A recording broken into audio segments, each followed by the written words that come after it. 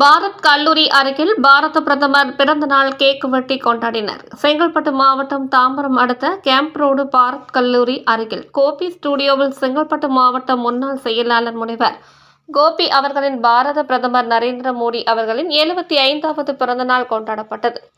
பாரத பிரதமர் நரேந்திர மோடி அவர்களின் பிறந்த நாளை முன்னிட்டு கோபி ஸ்டுடியோவில் கேக் வெட்டி இனிப்புகள் வழங்கப்பட்டது.